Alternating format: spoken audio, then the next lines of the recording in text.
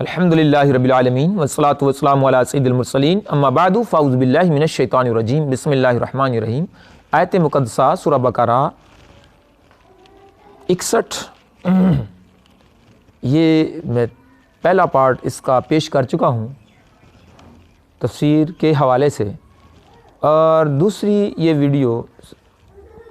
ایک سبق کے لیے پیش خدمت ہے، اور اس انداز سے ابتدا کروں کہ آیت مقدسہ 61 میں اللہ تعالیٰ نے بنی اسرائیل کی جو پہلے نعمتوں کا ذکر فرمایا اور پھر ان کی سرکشی کی بنا پر، ان کی نافرمانیوں کی بنا پر جو کچھ انہیں عذاب ملا، یہ عذاب میں مبتلا ہوئے، تو اس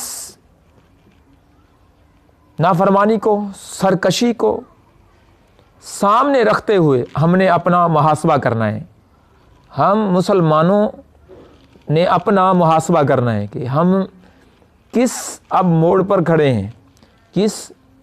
ڈگر پر ہیں، کس طریقے پر ہیں، اور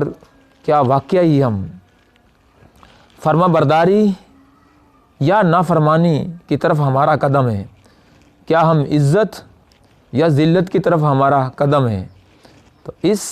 ضمن میں ہم نے سوچنا ہے اور اپنی سچی اور سچی راہ اسلام والی، اللہ اور اس کے حبیب علیہ الصلوۃ والسلام کی فرما برداری والی اختیار کرنی ہے۔ بنی اسرائیل جو بلند مراتب پر فائز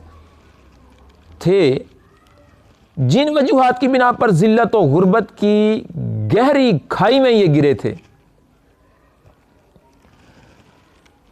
اللہ اکبر، کاش ان وجوہات کو سامنے رکھتے ہوئے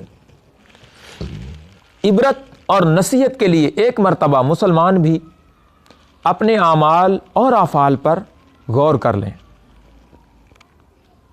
اپنے ماضی اور حال کا مشاہدہ کر لیں کہ جب تک مسلمان اللہ تعالیٰ اور اس کے حبیب علیہ الصلوۃ والسلام کی فرما برداری کرتے رہے اور احکامات خداوندی عز و جل اور اللہ کے حبیب علیہ الصلوۃ والسلام کی فرما برداری میں رہے، اور ہر دین کے راستے میں آنے والی رکاوٹ کو جب تک مسلمانوں نے اکھاڑ کر نہ پھینکا، تب تک چین نہ لیا، تو اس وقت تک مسلمانوں کا،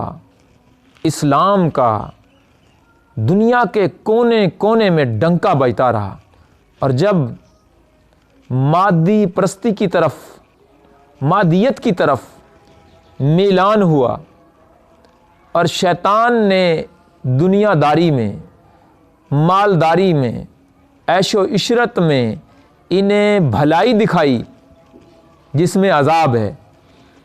جس میں دنیا میں بھی ذلت ہے، آخرت میں بھی اللہ اپنی پناہ میں رکھے، یہ گھاٹے والا اور خسارے والا سودا ہے۔ تو جب اس چیز کو اختیار کیا، شیطان نے بھلائی دکھائی اور مسلمان اس پستی کی طرف گئے، بہترین سچے اور سچے دین کو چھوڑ کر، اللہ اور اس کے حبیب علیہ الصلوۃ والسلام کے احکامات کو چھوڑ کر جب دنیا کی طرف میلان ہوا،